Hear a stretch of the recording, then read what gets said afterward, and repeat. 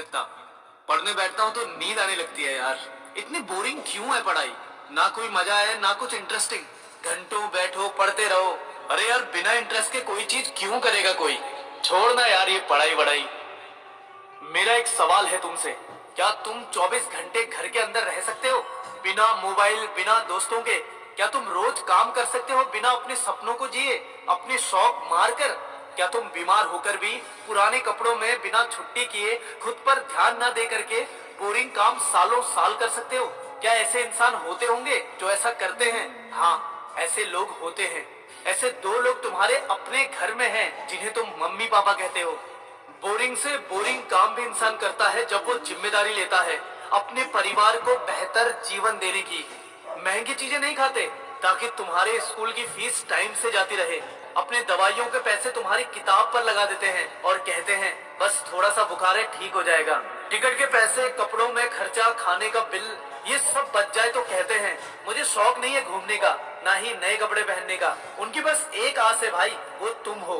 क्या जाकर उनकी आंखों में आंखें डालकर उनसे कह सकते हो कि वो बेवकूफ है जो पूरा जीवन तुम्हारे ऊपर लगा दिया?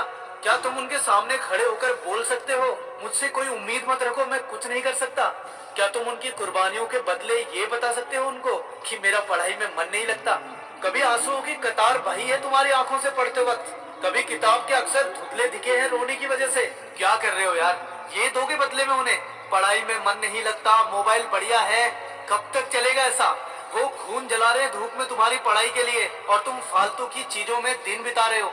वो बूढ़े हो रहे हैं तुम्हारी सफलता के इंतजार में और तुम जवान हो गए बिना दिशा के, बस बहानों के साथ। अगर आंखों का पानी सूखा नहीं है ना, अगर आत्मा बेशर्म नहीं हुई है, अगर बचपन में कंधे में बैठना, उंगली पकड़कर चलना याद है ना भाई, तो पढ़ो। क्योंकि अब उस कंधे को तुम्हारी जरूरत है, क्योंकि अब उस उंगली को तुम्हारे हाथ की जरूरत है। और अगर तुम्हारे हाथ कमजोर होंगे, अगर जेब खाली होगी, जड़ सूखी होगी, तो उनको उनका वैसा बुढ़ापा नहीं दे पाओगे जैसा उन्होंने तुम्हें बचपन दिया था। सच कहूं तो उनका शरीर अब इस लायक नहीं रहा कि वो मेहनत करें, पर वो फिर भी मेहनत कर रहे हैं ताकि तुम पढ़ सको। तो उनकी मेहनत के लिए, उनकी उम्मीद के लिए और उनकी कुर्बानियों के लिए तुम्हें अब पढ़ना होगा, मन लगे या ना लगे, चाहे जितना भी बोरिंग लगे। सुबह शाम दिन रात हर एक पल में ऐसा पढ़ो यार कि माँ का सपना कभी अधूरा ना रह सके, कि पिता का सर कभी झुक ना सके।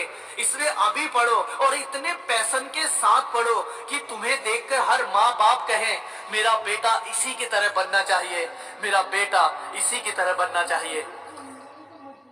और हाँ, मैं जीत के शिखर पर तेरा इंतजार करूंगा। बोल, तू आएगा ना?